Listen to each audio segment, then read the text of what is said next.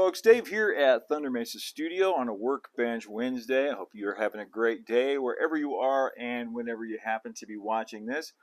You know, today is one of those days where I'm kind of between projects. I don't have anything big that I'm working on, so I'm just sort of puttering around the studio. And I'll tell you the truth.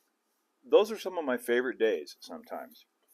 Because when I don't have a fixed idea of what I'm going to do when I come up here, I'll just start sometimes just playing around with materials and come up with a new idea, or try a different way of doing things, and that usually leads to better models down the line.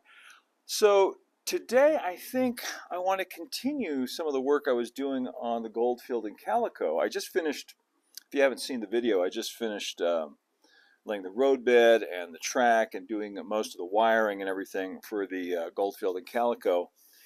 And I was looking at some of these cork sheets. This is a piece of one. These are 12 by 12 cork sheets that you can pick up, at Office Max or Staples or places like that. Usually, any good stationery store.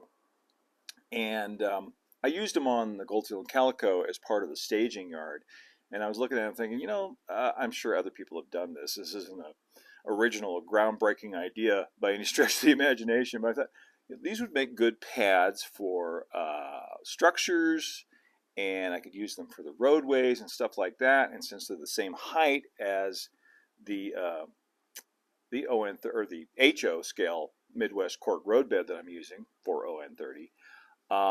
It brings the road up to the same height as the top of the roadbed, so that's a handy thing.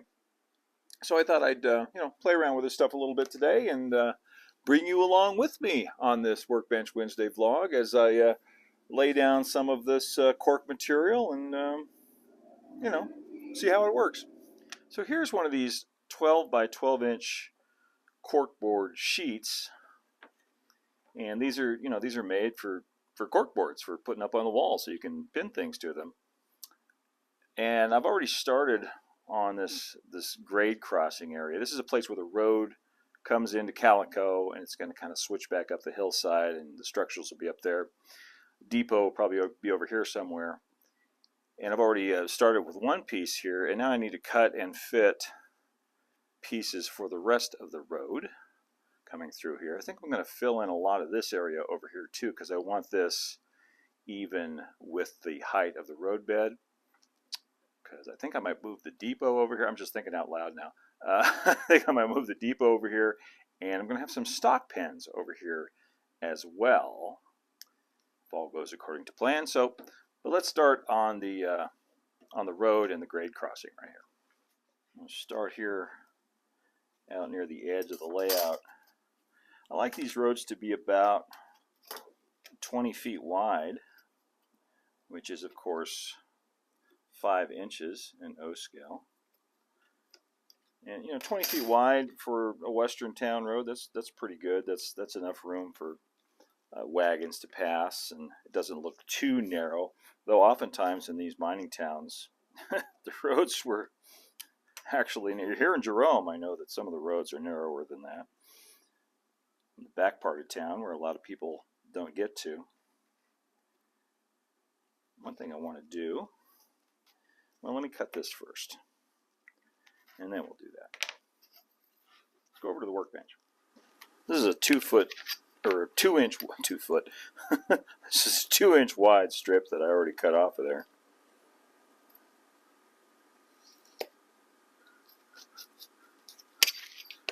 And then I want to take and bevel these edges.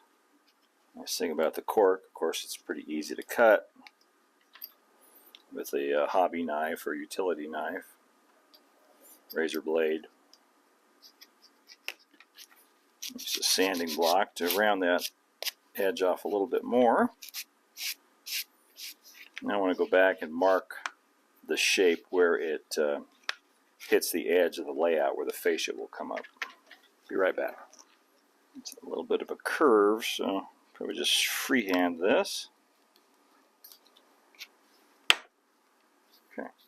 Now I want to cut away a little bit of the bevel on the edge of the road bed.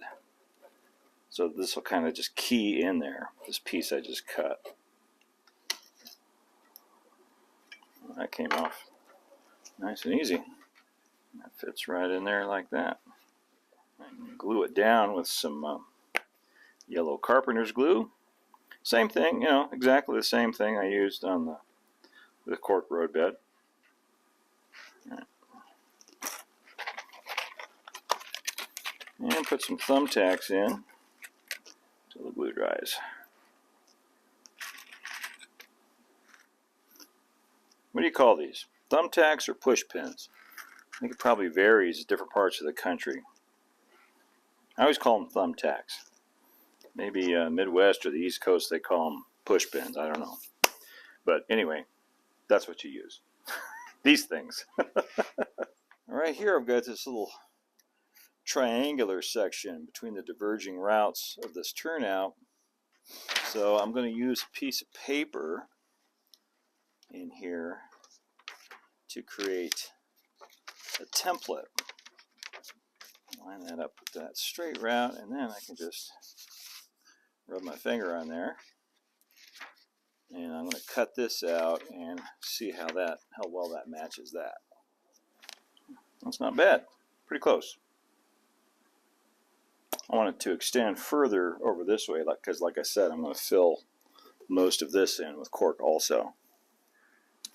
So, take this over and cut a piece to match this shape out of this 12-inch square.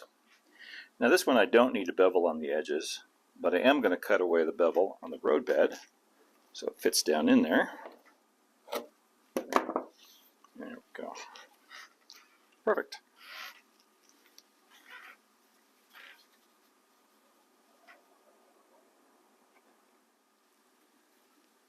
Now I need a piece for in between these parallel tracks.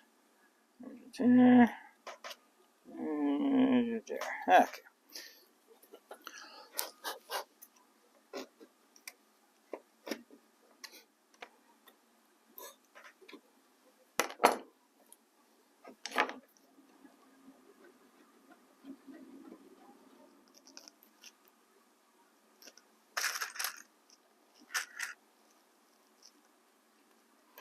Cool.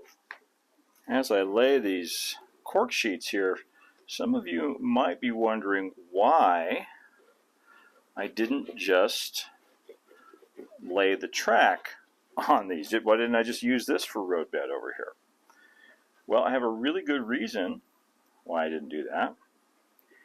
And it's that I didn't think of it. It probably would have been easier to do it that way. We'll get the same result. We'll get there either way, you know? We will get there either way.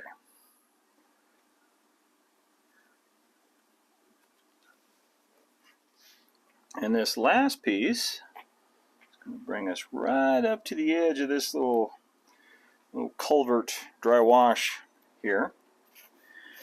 This is probably where the stock pens are going to go, unless I change my mind. Well, I think this glue is dry enough. I can remove all of these push pins, aka thumbtacks, and I'll give you a preview of where the Calico depot is going to be located.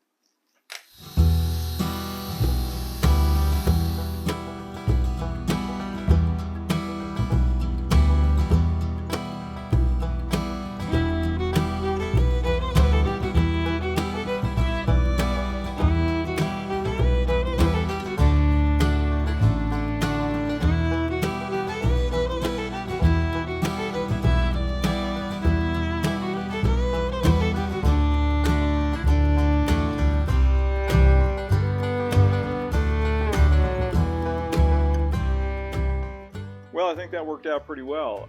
If you look at my original plan for Calico, the idea was to put the depot actually right here.